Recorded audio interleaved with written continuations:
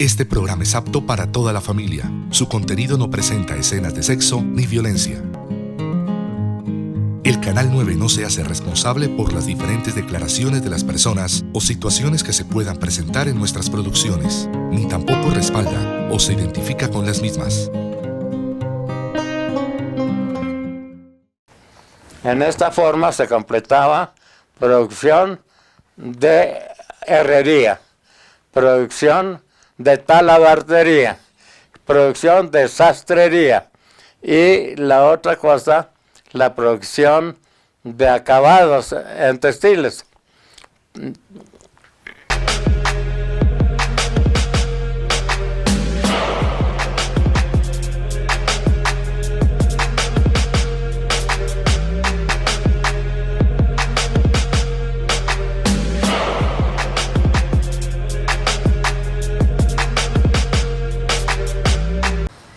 En ese contexto de las artes y los oficios que acaba usted de enumerar, cuéntenos algo de en qué momento llegó la producción quesera, la historia de Don Luis Mojo, la parte de la lechería, en qué momento empezó el furor. Y otra cosita, nos gustaría algo del tren, qué pasaba con el tren acá en Ubaté, y esas formaciones que hubo de la parte comercial del pueblo, así como a grosso modo. Bueno, a grosso modo, vamos por partes. De la cuestión los quesos de las artes, sí, y de los oficios. Sí, no hay que olvidar un elemento fundamental para la vida de la población, la carpintería, que no la había mencionado. Entonces, había dos niveles de carpinteros. Uno para hacer lo que llamaban carpintería burda, o sea, con poco tratamiento de la madera, para hacer lo que fuera, mesas, butacas, tocadores, todo lo que se imaginen para poner en la casa. Y la otra era la ebanistería. La ebanistería producía muebles más finos y tallados y con adorno hecho en la misma materia prima, la madera. Si miramos la iglesia basílica de Ubaté, nos damos cuenta de que hay muchísima madera. Los altares, los adornos para colocar las imágenes de los santos de Jesucristo y la Virgen y demás. Las bancas, que además son como 100 bancas. Todo en madera de ebanistería de Ubaté. ¿Quién era el gran ebanista en aquella época? Un señor Lizarazo. Entonces, este señor fabricó todas las bancas y todos los adornos para la iglesia de Ubaté y además para la iglesia de San Luis y además para otras iglesias vecinas al municipio de Ubaté. Ocupaba bastante gente y el tipo era sumamente industrioso porque se inventaban los diseños y los diseños los pintaban, recuerdo mucho, en un cartón, en un papel, y luego había que pasarlos a la tabla que iba a ser tallada, y eso se dibujaba, y el fulano que iba a hacer la talla, entonces ya tenía los buriles y tenía los elementos para tallar la madera y hacer el producto terminado de primerísima calidad. Si fuera de ebanista, era escultor, porque para hacer los diseñitos y las figuras. También, es decir, además se necesitaba un talento que era muy, no propiamente de Ubaté, sino ese sí más bien traído de otros lugares, el diseño. ¿De dónde apareció el diseño gótico para la iglesia basílica de Ubaté? Sencillamente una imitación de las basílicas, iglesias de Italia. especialmente de Milán, que utilizaban el sistema gótico. Caso concreto de Ubaté, se utilizó mucho el sistema gótico y la figura arquitectónica gótica. Entonces hubo una necesidad especial de pintores.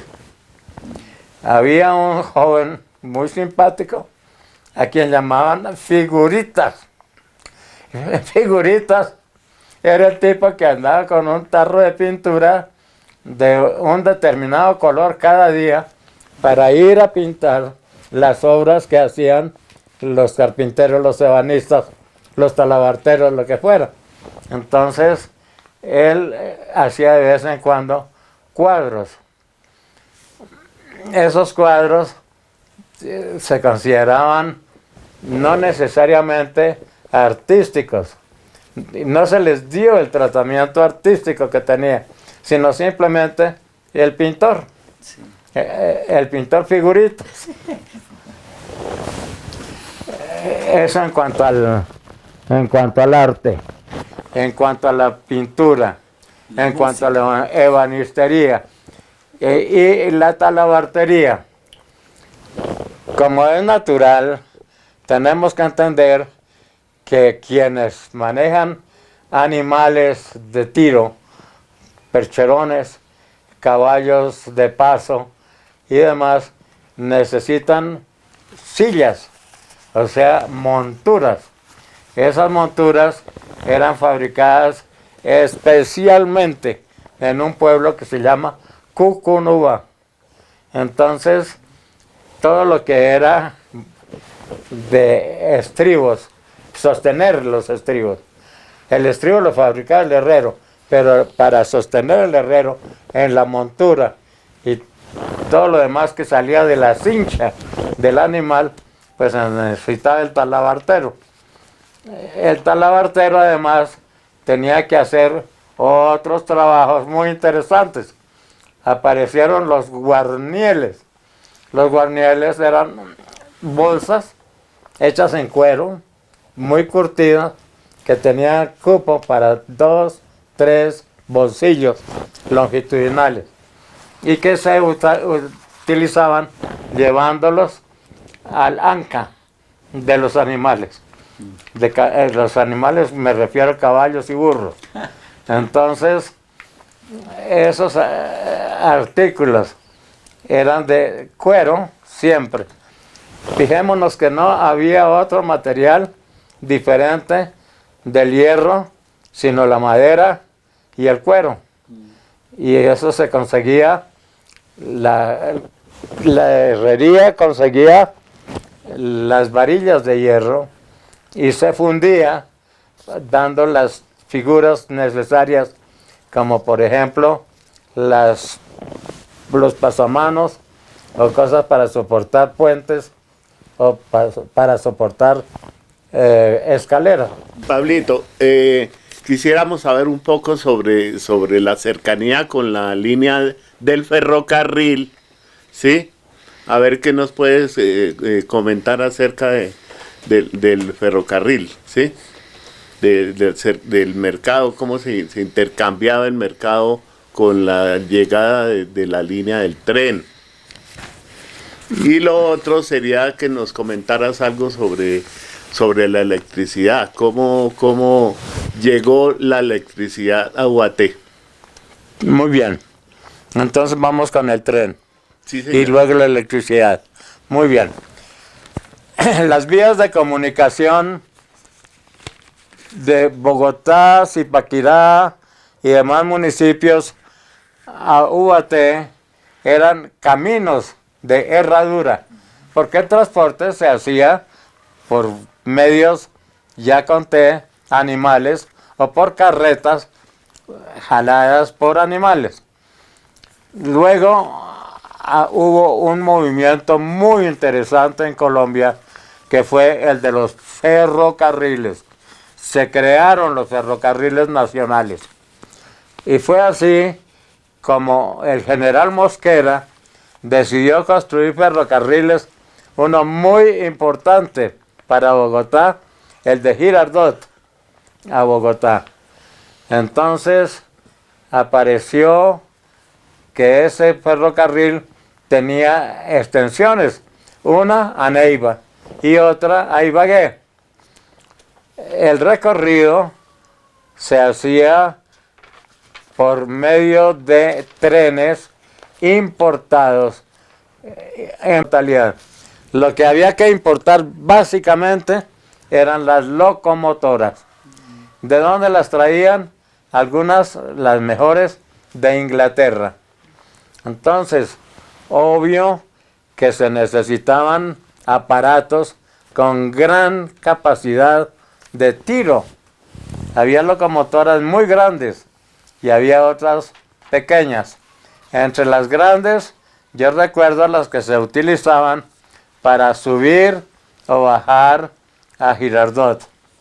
¿Por qué? Porque había que llegar al sitio en donde comenzaba el ascenso, y si llevabas más de 6 vagones, entonces el peso de esos aparatos cargados de lo que ustedes quieran, entonces era enorme. Y la carrilera, aunque estaba sumamente bien diseñada, era lenta. Entonces, ese fue el problema, la lentitud. Pero la capacidad de carga todavía existe y deberíamos estarla utilizando. Bueno, cuando llegaron con la idea de comunicar a Bogotá con Chiquinquirá, entonces un trazado consideraba el paso por Ubaté. Los políticos tenían gran influencia en qué se hacía y qué no se hacía en obras públicas.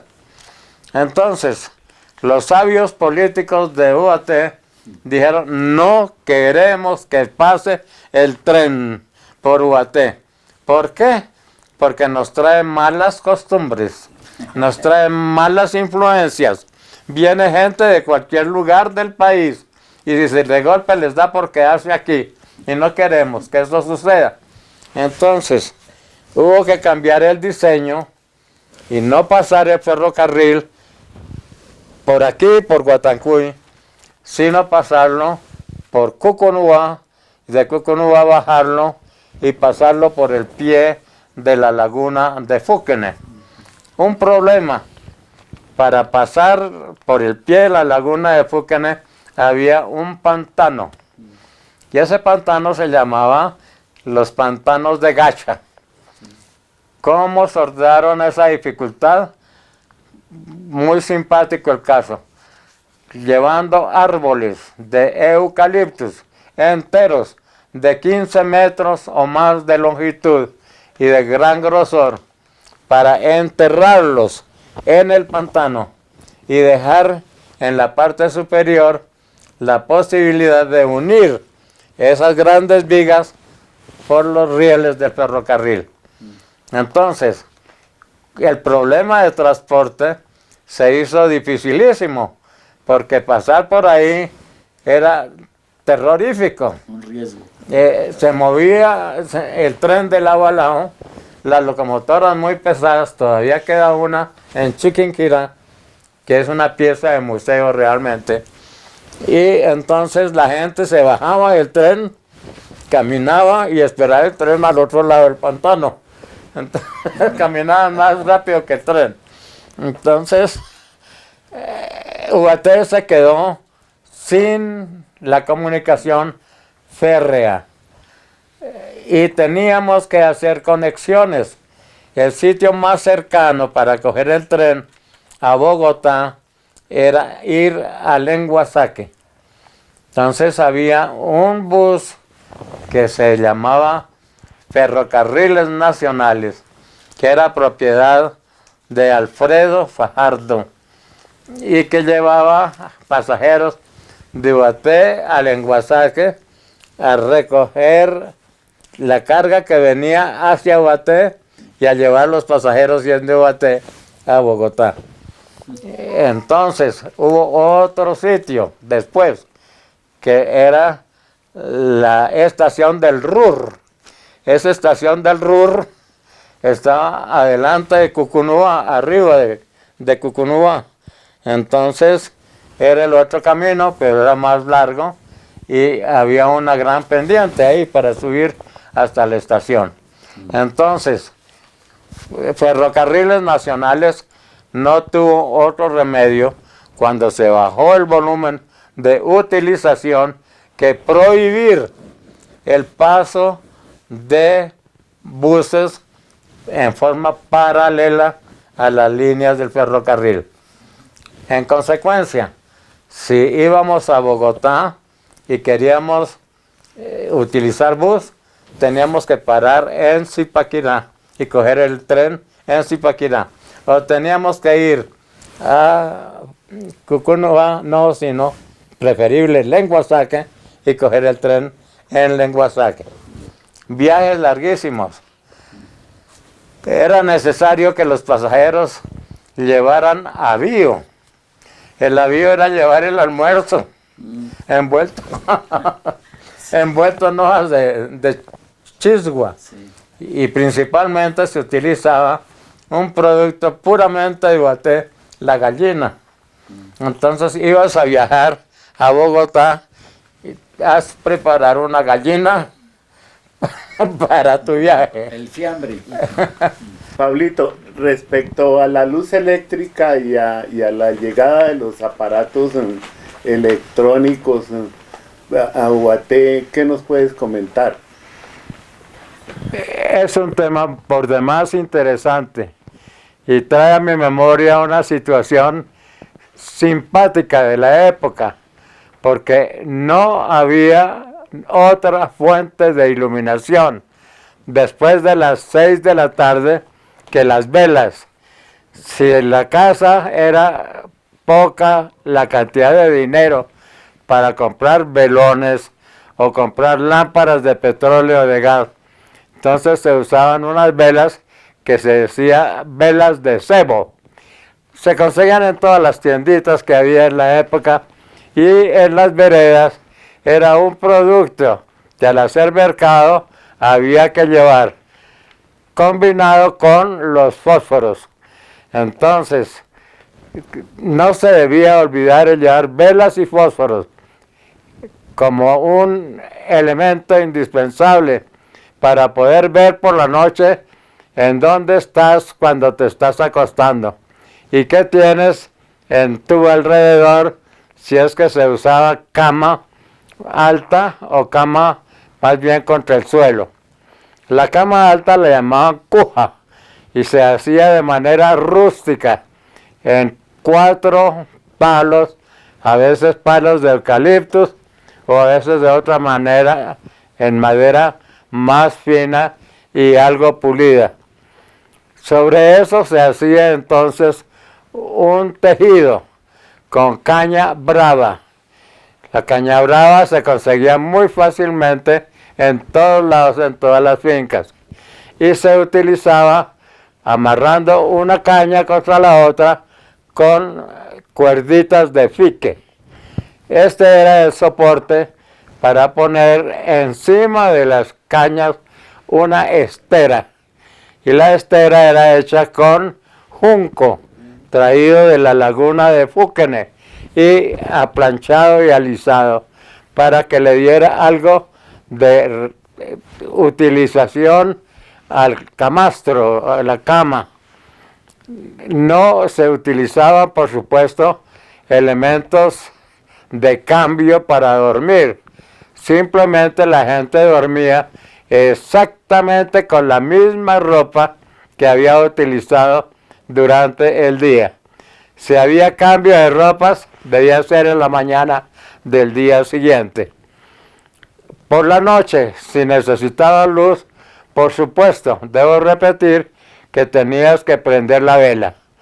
En algunos casos, se olvidaba apagar la vela antes de seguir durmiendo, y la vela quedaba en un soporte que se llamaba palmatorio. Entonces, junto a la palmatoria se ponían los fósforos y se ponía una vela de repuesto. La desventaja horrible es que cuando el recinto era escaso en aireación, más bien cerrado. La gente se intoxicaba con el humo que salía de la vela o de las velas, si eran varias. Esto se venía descubriendo cuando la persona se levantaba a cualquier necesidad durante la noche o temprano en la mañana y veía que se había puesto negra. Esa negra significaba que había estado respirando, en vez de oxígeno, CO2, expedido por las velas. Muy bien, esa era la iluminación.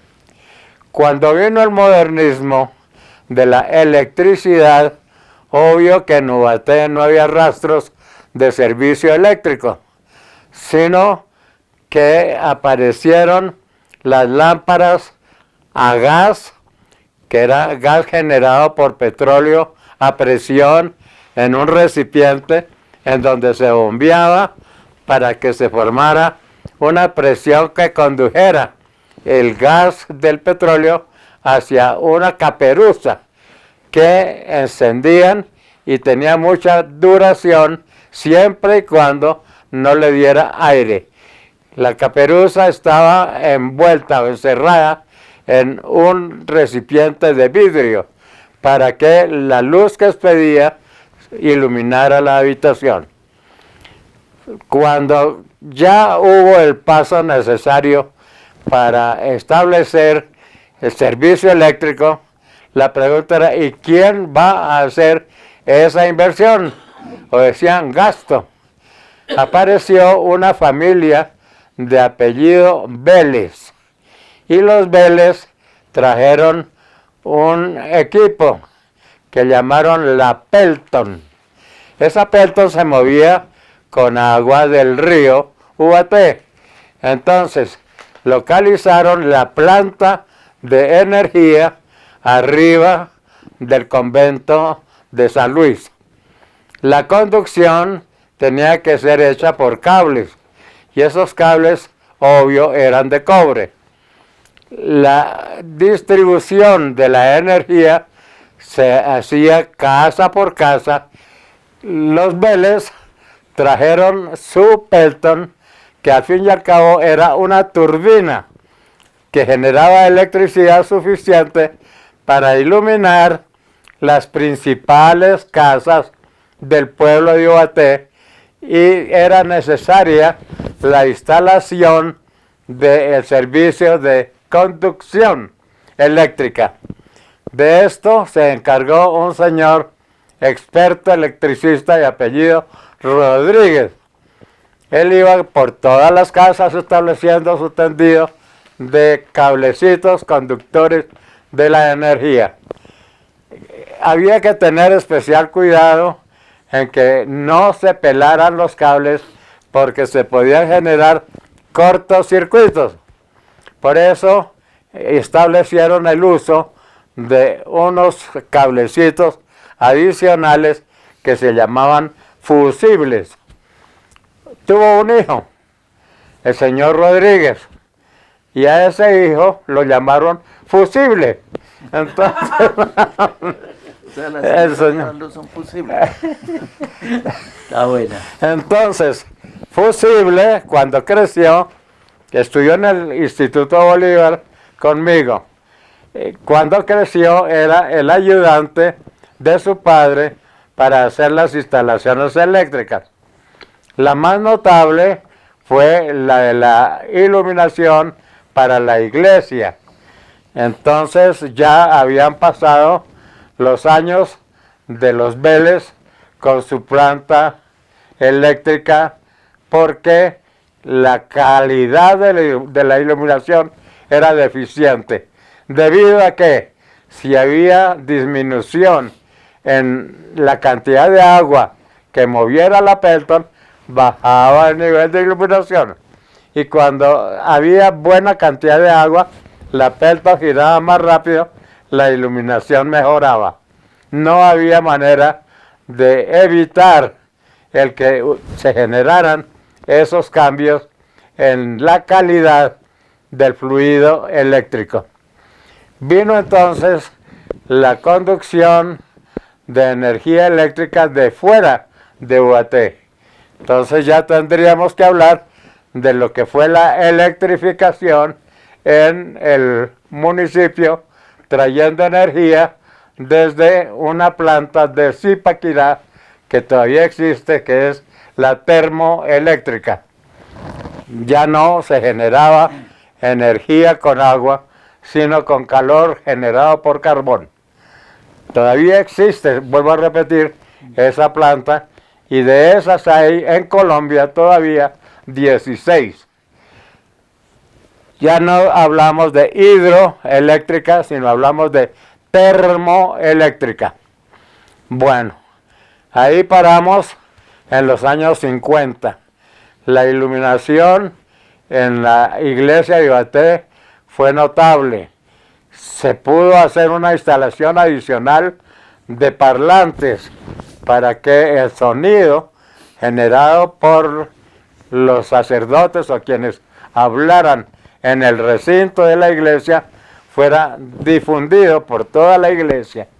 Esto entonces generó una adquisición especial de parlantes, de micrófonos y de sistemas de control para que funcionara toda la energía que conocemos todavía, que conocemos actualmente en la iglesia de Ibaté y en el pueblo completo. Pasamos de la vela a las cuentas de consumo de energía. En principio era muy barata. Cuando yo hice la instalación en esta casa, hace 50 años, el alumbrado de mi casa valía 15,000 pesos. Un paréntesis, actualmente tenemos que pagar hasta 135,000 pesos cuando no estamos viviendo acá. La calidad de energía es excelente, pero ya no podemos hacer uso indiscriminado de si usamos energía para calefacción o para sonido o para iluminación. Y respecto a la radio u otros electrodomésticos como las neveras, los radios, ¿ya comenzaron a llegar? Bueno, es otra historia linda. De golpe se dijo, en Ubaté no hay ni un solo radio. Entonces el alcalde dijo, hay que comprar un radio para el servicio municipal. Y así fue. Se compró un radio Telefunken. Trajeron unos técnicos alemanes para que hicieran la instalación de las antenas y de lo que es la conducción eléctrica al radio. El radio era de un tamaño aproximado de 80 centímetros de alto por unos 60 centímetros de ancho. Y claro está que la época era la de los tubos, los electrodos, y además de eso se utilizaban las resistencias, que eran otra especie de tubos más pequeños que hacían la tarea de dosificar la energía a los tubos para luego conducir al sistema de sonido. Ese radio se instaló en el municipio frente a la entrada principal de la alcaldía en el segundo piso. Era sorprendente que no se pudiera utilizar sino de las 7 de la noche a las 9 de la noche para economizar energía, una causa. Y la otra causa, porque se necesitaba un técnico para encender y apagar el radio. Ese técnico era empleado de la municipalidad y su tarea era estar a punto en su tarea de prenderlo moviendo un botoncito. y estar en el mismo sitio para apagarlo, moviendo el mismo botoncito en dirección contraria. La persona responsable del mantenimiento del radio se llamó María Luisa Quijano, que fue la misma persona que llevó a cabo la dirección y control de la construcción del hospital. De ella guardo recuerdos muy especiales porque la acompañé muchas veces en su tarea de dirigir la construcción del hospital. Hubo un caso muy simpático con ella. Un X día no se apareció el conductor del camión que llevaba los ladrillos desde la fábrica de ladrillos de Benedicto Franco hasta la iglesia que estaba en construcción, y tampoco hasta el hospital que también estaba en construcción. Entonces María Luisa vio que cargaron el camión. No era de gran capacidad, creo que eran unas 8 toneladas. Y una vez que estuvo cargado, el chofer no aparecía, entonces ella subió al camión, lo prendió y manejó el camión hasta la obra de la iglesia, que era la torre, y luego hasta la obra del hospital, 1 cuadra, 2 cuadras adelante. El escándalo en el municipio de Guaté fue mayúsculo, porque ¿cómo puede ser que una mujer se atreva a manejar un camión cargado de ladrillos? Entonces estigmatizaron a María Luisa por haber tenido semejante atrevimiento, porque esa tarea era para un hombre, conductor de un camión, y no para una mujer que debía estar en la casa, o en el caso de ella, ocupada dirigiendo la obra del hospital. ¿Qué más puedo yo decir al respecto del servicio de energía?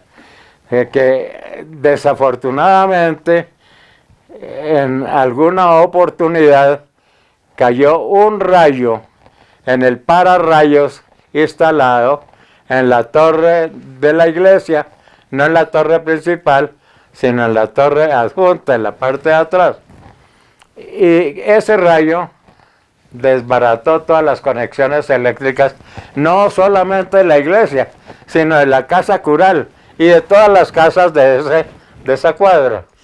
Entonces fue un daño eléctrico mayúsculo que requirió varios días para reconstruir, revisar y reconstruir la conducción del cableado de electricidad. Bueno, Pablito, hablando del radio, la parte cultural, ¿qué difundía la radiodifusora? ¿Qué emitía? ¿Música? ¿Había noticias? ¿Cómo? Bueno, los programas que se transmitían por radio de las 7 de la noche a las 9 eran siempre culturales, pero especialmente musicales. Recuerdo mucho el acontecimiento de una presentación que hubo del cantante argentino Carlos Gardel.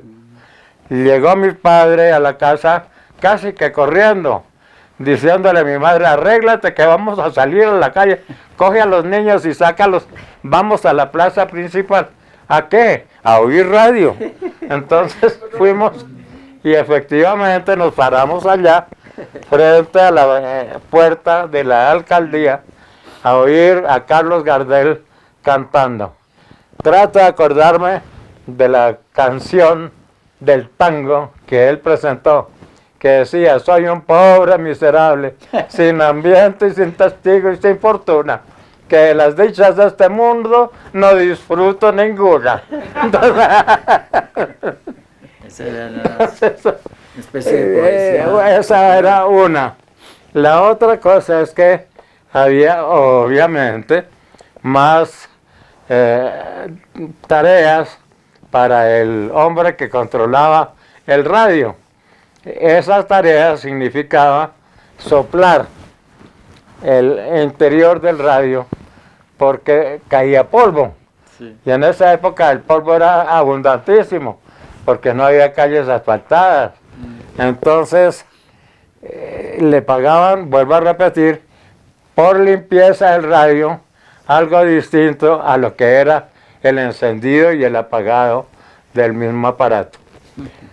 Pasaron programas chistosos especialmente, pero todos es decir, programas inocentes, inocuos, no le hacían daño a nadie. Y especialmente publicidad.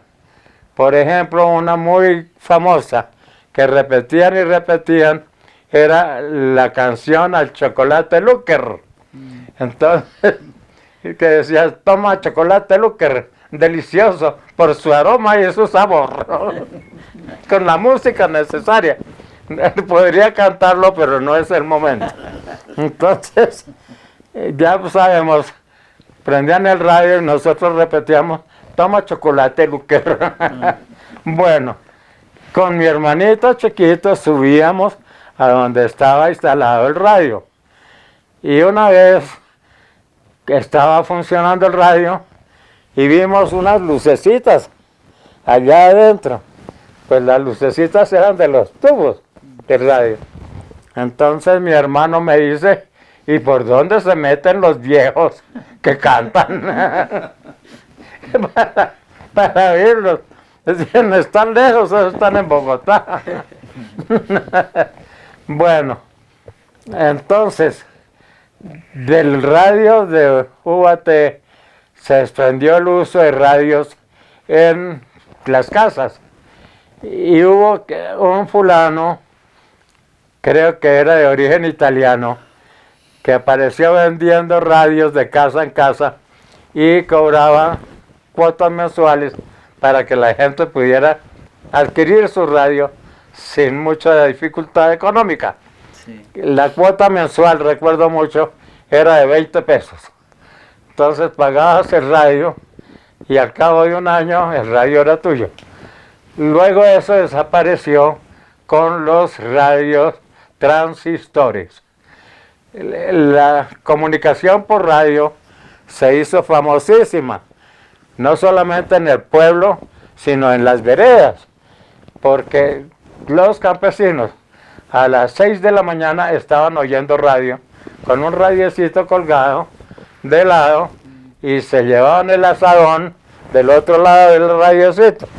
Entonces trabajaban escarbando la tierra o preparando la tierra para sembrar la papa con la música del radio, transistor. Hubo una emisora muy famosa que era la Radio Santa Fe.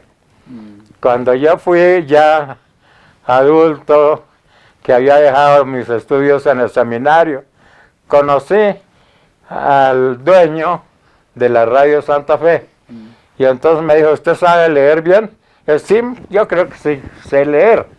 Entonces me dijo, mire, es que aquí le puedo dar yo trabajo para que usted venga y lea los programas que pasamos por radio. La cosa es que tienes que madrugar bastante y nosotros tenemos el programa escrito. Todo lo que tienes que hacer es ponerte frente a este micrófono y leer. Lo hice un par de veces y después dije, qué tarea tan tonta. Y no me va a pagar casi nada. Y tengo que pegarme una madrugada para llegarle a tiempo a la iniciación de su programa. Entonces, el radio se fue haciendo cada vez más extensivo en la transmisión, en la emisión. Y el radio más interesante en transmisión fue la radiodifusora nacional. Para esa radiodifusora, en grupo de unos compañeros, hicimos de golpe la lectura de una comedia. Fue una tarea bien interesante y agradable. También fue actor. Porque entonces había una señora que tenía una voz magnífica. Cuando yo la oí, dije, uy, esta mujer debe ser linda. Y cuando fui a mirar quién leía, era una señora mayúscula, bajita, abultadito. Pero leía sumamente bien. Después ella trabajó en un programa de televisión famosísimo que se llamaba Yo y Tú. Ah, ¿sí? Doña Alicia del Carpio. Sí. Ah, qué linda. Entonces Era era... la gordita Estercita. ¿Cómo? La gordita Estercita, yo y tú. Exactamente, ella. Don Pablito, y ya que está hablando de la televisión cultural y de la radio Sutatensa, el papel que ejerció como educativa, cuéntenos algo de UAT, si Radio Sutatensa era escuchada y qué trascendencia tuvo en la educación, si vivió ese momento, la Radio Sutatensa. Perdóname, no entendí bien la pregunta. Que nos hablara un poquito si se acuerda de la Radio Sutatensa, que también formó a muchos bachilleres. Exactamente. Espérate, pienso. Recuerdo Radio Sutatensa, por supuesto, pero el padre Salcedo era. Hubo, Sabogal.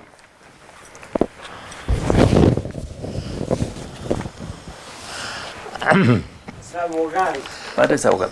hubo una radiodifusora muy conocida, muy famosa, fundada por un padre de apellido Salcedo, que se estableció en Sutatensa, Boyacá. Y esta radiodifusora hacía programas netamente, únicamente culturales y religiosos.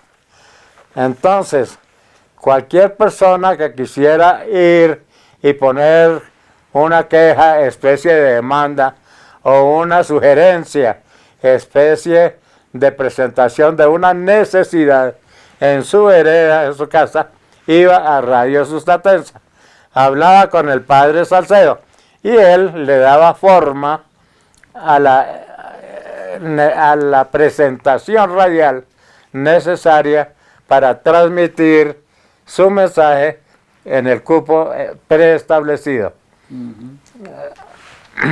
Sí.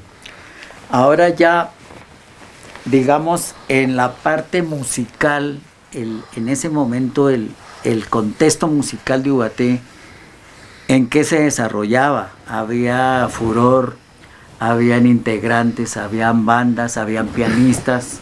¿Qué recuerda de esa época? Del concepto musical desarrollado en UAT, obvio que tengo un recuerdo facilísimo, que era la cuerda del tiple, o la cuerda de la bandola, o la cuerda del requinto, porque había conjuntos musicales que tocaban tiple, guitarra, bandola o requinto.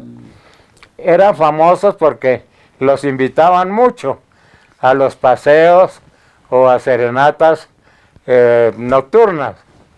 Mi padre era experto en tocar guitarra y requinto y tenía los instrumentos en la casa.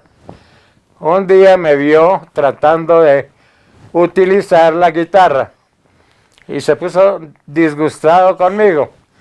Me dijo, deje ese palo ahí, después que yo quiero aprender a tocar. Dijo, no señor, usted no va a aprender a tocar música de cuerda, porque lo vuelven serenatero. Tenían razón. De esa Entonces, muy bien, una faceta, música de cuerda. La otra, había en UAT, como traté de contarlo hace un rato, una banda, y esa banda era la de los músicos que hacían su presentación el día domingo a las 10 de la mañana frente a la entrada de la puerta de la alcaldía. Entonces, tenían un director de la banda que era monofacético, porque no sabía sino unas 3 o 4 canciones o músicas para repetir en todas las presentaciones. Y recuerdo muchísimo que no fallaba el señor de la bombarda, porque era un señor alto que se llamaba el señor Gómez, con su aparato allá grande, el tubo y todo lo demás que hacía, bo, bo, bo, bo. Esa era la tarea de él. Dentro de esta historia maravillosa y este encuentro con Pablo Carrasco, el ciudadano huatense, queremos explorar una parte que nos ha parecido de vital importancia. Es cuando Pablo Carrasco se encuentra vinculado a la reestructuración de la registraduría en el gobierno del expresidente Laureano Gómez, y allí se encuentra con una cuestión que lo inquieta y que le desencadena unos procesos creativos. Es decir, descubre el mundo maravilloso de la fotografía, que en ese entonces se iba a emplear para producir las cédulas. Bueno, de allí Pablo Carrasco salta y se vincula a la Kodak.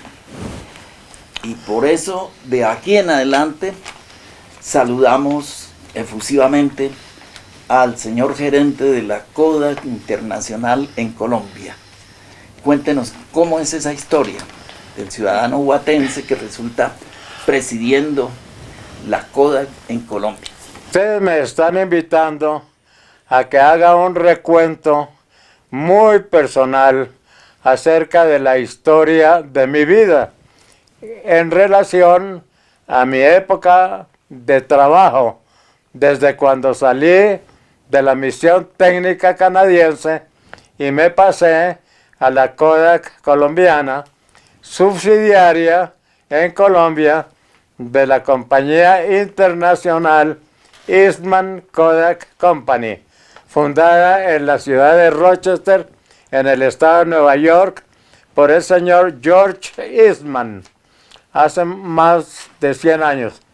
Los invito a que vayamos allá donde yo tengo un escritorito y les pueda mostrar algo en relación a la fotografía y en especial a la historia, no solamente de la fotografía, sino a la historia de mi vida en vinculación a la fotografía.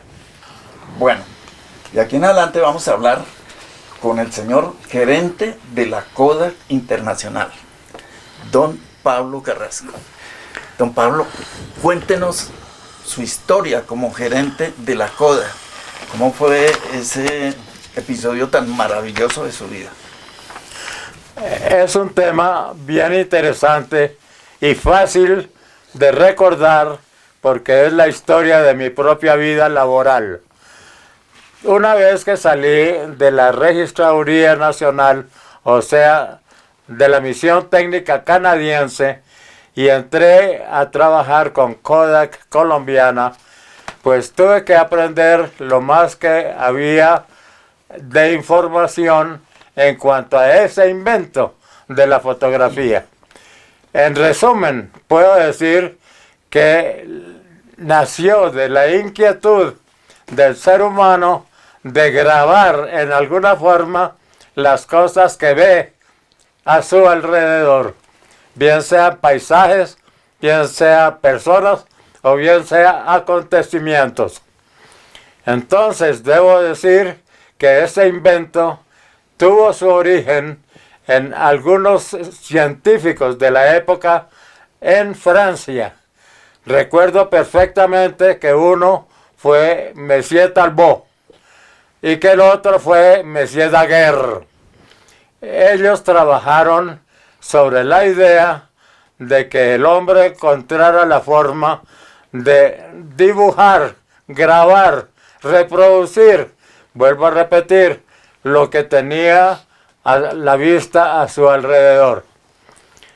Lo primero que se les ocurrió fue buscar un material sensible a la luz y ensayaron con uno muy conocido por nosotros, pero de una sensibilidad sumamente lenta, que es el asfalto. Cubrían una lámina metálica con asfalto, ponían cualquier dibujo elaborado por ellos sobre el asfalto, dejaban esto a la luz del día por varias horas, y al levantar el dibujo que habían hecho en papel, descubrieron que esa grabación estaba en el asfalto. Entonces fueron descubriendo más productos que tenían que ser necesariamente más sensibles a la luz que el asfalto. Saltó una cantidad de experimentos y de ensayos que los condujeron a encontrar en la plata metálica, un elemento bien sensible a la luz. Si ustedes o nosotros conseguimos un elemento elaborado en plata metálica lo más pura posible y la dejamos a la luz del día, encontramos que se negrea y que necesitamos un químico especial para limpiarla y volverla otra vez a que sea brillante y limpia. Entonces dijeron, aquí hay un elemento que nos puede servir. Y fue así como apareció el material que conocemos como película fotográfica. En principio no era una película, tenía que ser una lámina de vidrio. En esta lámina hacían un tratamiento especial para barnizar, por así decir, con gelatina, y en esa gelatina hacer la suspensión de sales de plata. Encontraron que el yodo es un solvente de la plata. Encontraron que el cloro es otro solvente de la plata. Entonces, al disolver plata en yodo, tienen un producto nuevo que se llama yoduro de plata. Con el cloro, el cloruro de plata. Y estos elementos, al purificarlos y disminuir su tamaño a la más mínima expresión, entonces se ponen en suspensión de gelatina, y con esa suspensión se protegía o se pintaba el vidrio. El vidrio tenía que ser llevado a una cámara oscura, a donde todo estaba encerrado para que el artista viera qué tenía enfrente de su cámara. ¿En qué consistía? En la ubicación de un lente en una parte bien protuberante de la caja, y en la parte de atrás veían una proyección de los objetos que estaban al frente de ese lente, al frente de esa caja.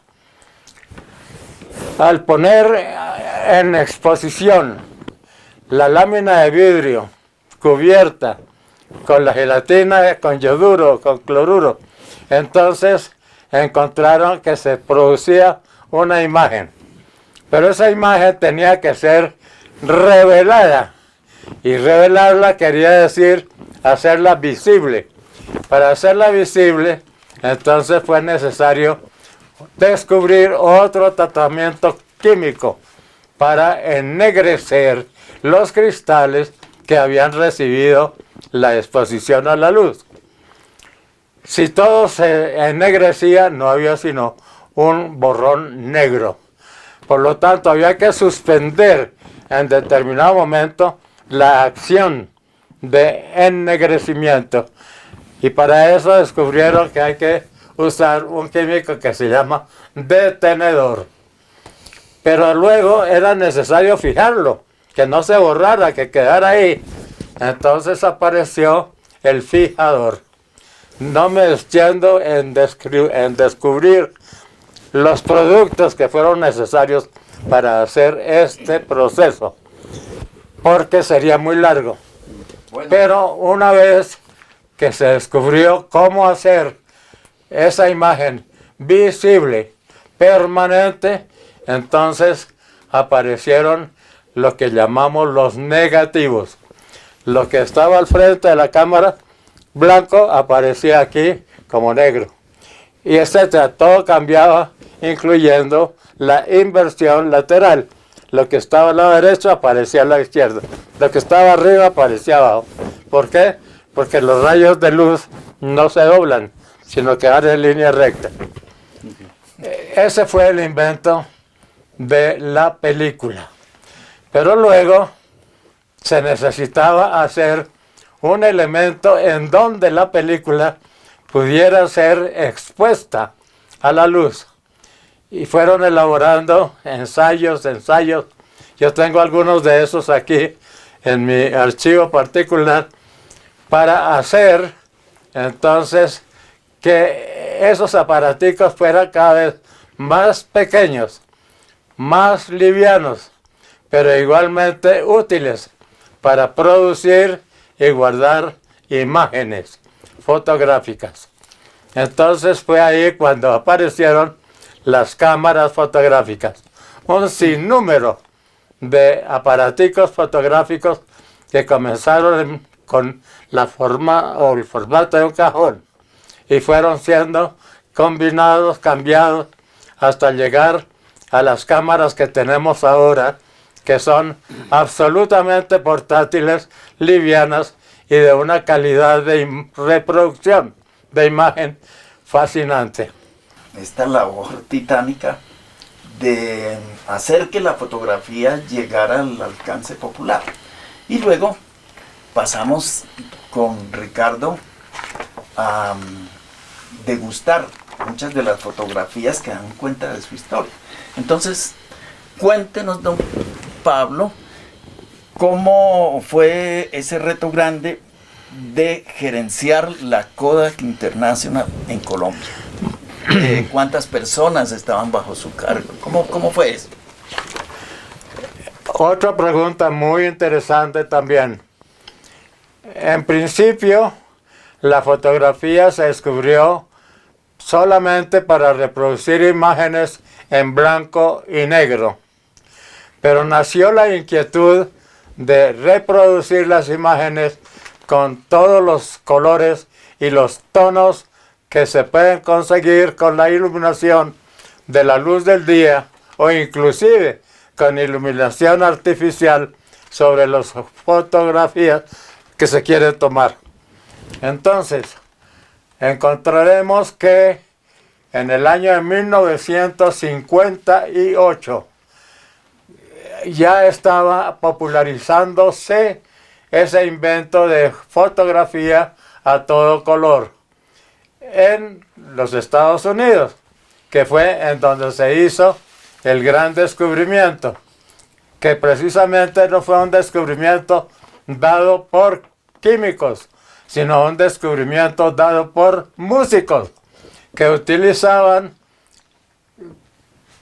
plásticos de color para colocar delante de los proyectores que iluminaban sus escenarios para las actuaciones musicales. Entonces se dieron cuenta que mezclando los colores de uno de esos plásticos con otro aparecía un nuevo color. Eso fue lo que se llevaron a la Eastman Kodak para que investigara. Duraron 7 años investigando procesos químicos para hacer la grabación de los colores en películas y luego reproducir esos colores en papel, es decir, proceso negativo, positivo. Pero también el proceso que llamamos reversible.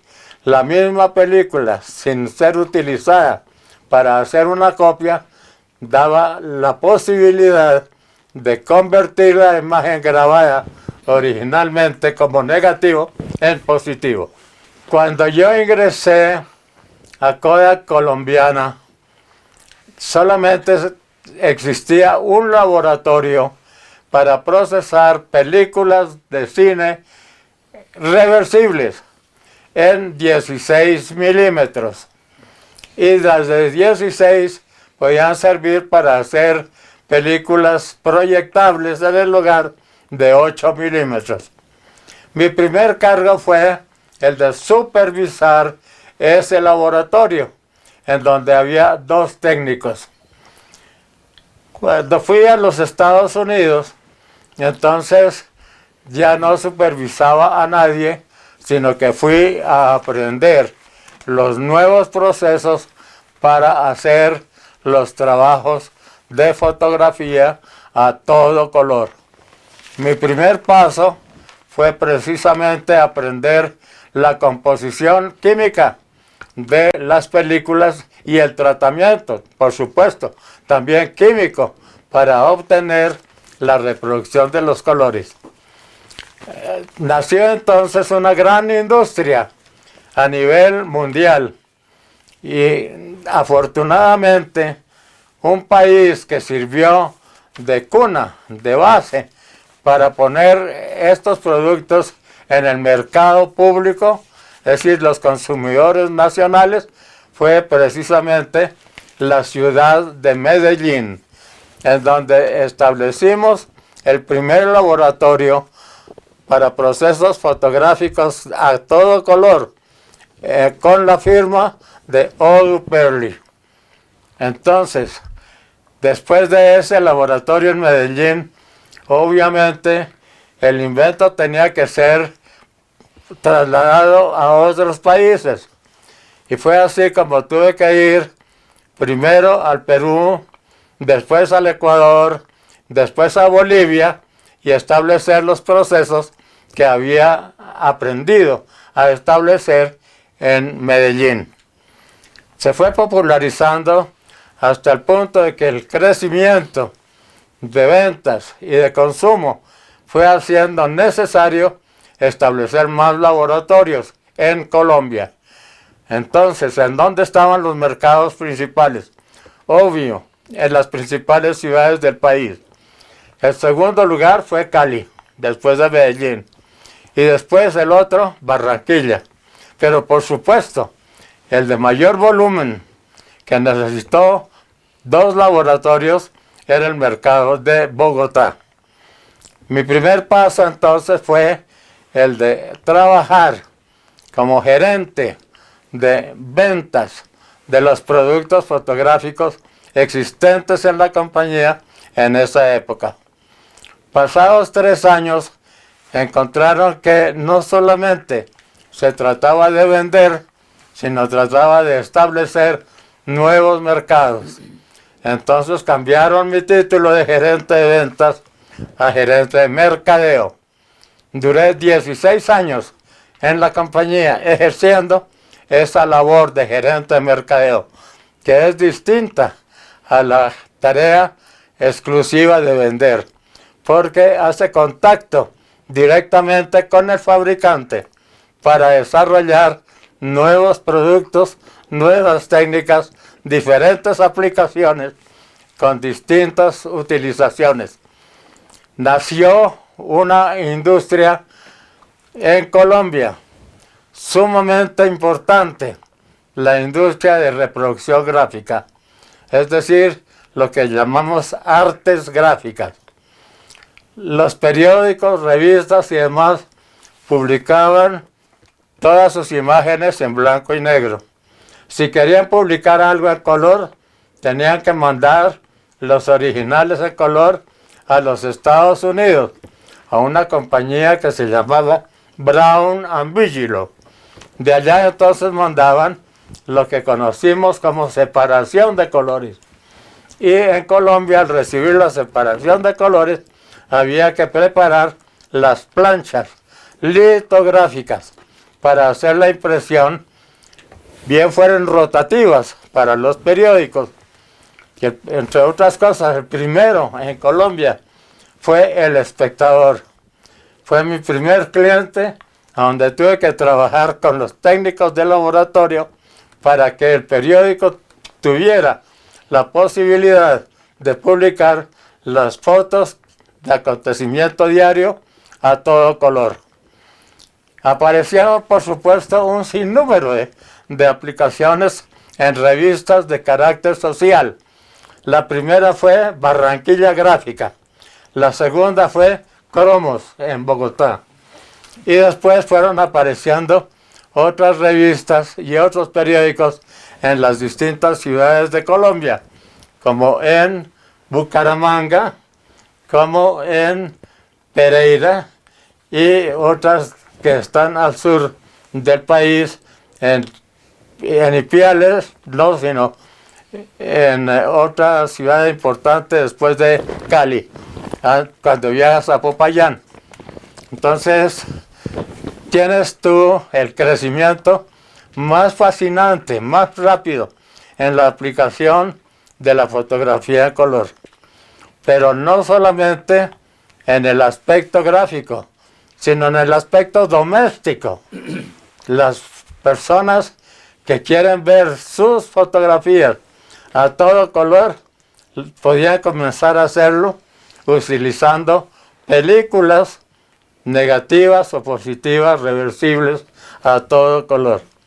El proceso de estos materiales se popularizó al extremo de que aún en sitios como en Tunja se crearon laboratorios de bastante importancia. Fue el segundo paso, gerente de mercadeo, en el cual estuve bastantes años. Luego, como la compañía seguía creciendo, cuando yo entré a ella, éramos 12 empleados. Cuando llegué al cargo de gerente administrativo, éramos más de 200 empleados. Y cuando terminé con el ascenso a gerente general, éramos más de 330 empleados. Esta fue mi última función con la compañía después de haber hecho carrera profesional de 35 años. Muchas gracias, Pablito. Muy importante toda esa remembranza y la calidad en su explicación pedagógica que nos acaba de dar sobre la historia de la fotografía. Maestro, le agradecemos mucho y ya como una parte terminal queremos que nos ofrezca algunos conceptos de la parte artística de la fotografía que usted muy bien maneja. Entonces me gustaría a mí dilucidar sobre todo la parte que Kodak elaboró fuera de cámaras, en la parte literaria y en la parte de imágenes que llevó a cabo y difundió por el comercio mundial. No sé, porque yo viendo esta enciclopedia que tiene el maestro acá en su casa, en su aposento, me intrigó ver esta enciclopedia práctica de Kodak, que son cerca de 200 números. Todo un compendio completo de un curso de fotografía que equivaldría como a unos 4 o 6 semestres de universidad, donde se ponga uno a leer esto desde el primer número hasta el 200. ¿Cuál sería el maestro perfecto que podría manejar la fotografía en su totalidad? Cuéntenos algo al respecto. Bueno, durante mi carrera con la Kodak colombiana, vuelvo a repetir, de 35 años, de los cuales los 10 últimos fueron llevados a cabo como gerente general de la empresa. Entonces fui obteniendo cada vez más información completamente actualizada en el momento, por medio de revísticas o fascículos de tratados de fotografía como estos que tenemos aquí en nuestra mano. De hecho, aquí tengo no necesariamente una colección en orden, está desordenada, pero al fin y al cabo todos los temas son de fotografía. Podemos sacar un paquete que dice ahí. Kodak 50 años en Colombia. Mire, por ejemplo, bueno, porque tuve la oportunidad de celebrar el cincuentenario de la empresa, mire, 50 siendo años en gerente Colombia. general. La fotografía tomada desde helicópteros, mire. Ujú. La fotografía de la parte ya viene aquí, como dice el maestro, todos los fascículos están desordenados, entonces así a manera de aleatorio podemos mirar, por ejemplo, cómo se retratan los niños, cómo son las fotos en movimiento, cómo son las fotos de paisaje, cómo son las fotos de personajes, la foto de arquitectura. Mire, estas son unas imágenes de allá de Nueva York. cómo se hace fotografía de producto, cómo se hace fotografía de paisaje, etcétera, etcétera, que hoy en día es lo que manda la vanguardia a nivel de imágenes. Hoy en día el mundo está lleno de imágenes. Agradecerle a la Kodak, que fue una de las productoras, fue el génesis de crear imágenes, bien o mal, son los abuelitos de nosotros, y hoy en día el mundo es imágenes. Por todo lado que usted va, son imágenes, y las imágenes son fotografías. Entonces, maestro, le agradecemos mucho por esta charla tan interesante, tan pedagógica, y esperamos encontrarnos en otro próximo evento para que nos siga contando la verdadera historia y la belleza de su calidad y su forma de ver la vida a través de la fotografía y de su compendio como gerente de una empresa Kodak. Maestro, entonces le dejo que sus palabras sean las que nos despida de este momento. Bueno, Ricardo, muchas gracias por tus comentarios. Son estimulantes, pero son totalmente ciertos. Entonces, yo tendría que decirte una cosa. No tengo un regalo especial para darte, pero todos los fascículos que tengo aquí son para ti. Uy, no, son maestro. tuyos. Entonces, me regaló un vendrás tesoro. por ellos ahora mismo o poco a poco te los va llevando. Yo creo a medida que vayas leyéndolos. Y entonces, llévate los que quieras. Si quieres, arma un paquete más grande y te lo ponemos en el baúl de tu carro. Muchas gracias, maestro. Me da pena y es el mejor regalo que he recibido. Imagínese eso. Muchas gracias, maestro Pablo Carrasco. Muy amable por este momento especial. No, con cuánto gusto. Lo que yo pueda colaborar y todavía tratar de ser útil, para eso creo yo que estoy aquí. Muy amable. Agradecemos entonces a Cableva TV, el Centro de Estudios de Historia y Antropología de Ibaté les agradece su atención a través del maestro Nelson Rodríguez, de Rafael de la Hoz y Ricardo Espejo. A la señora Clarita, su señora, muy amable y muy gentil por todos los favores recibidos. Muchas gracias por todo y muy amable.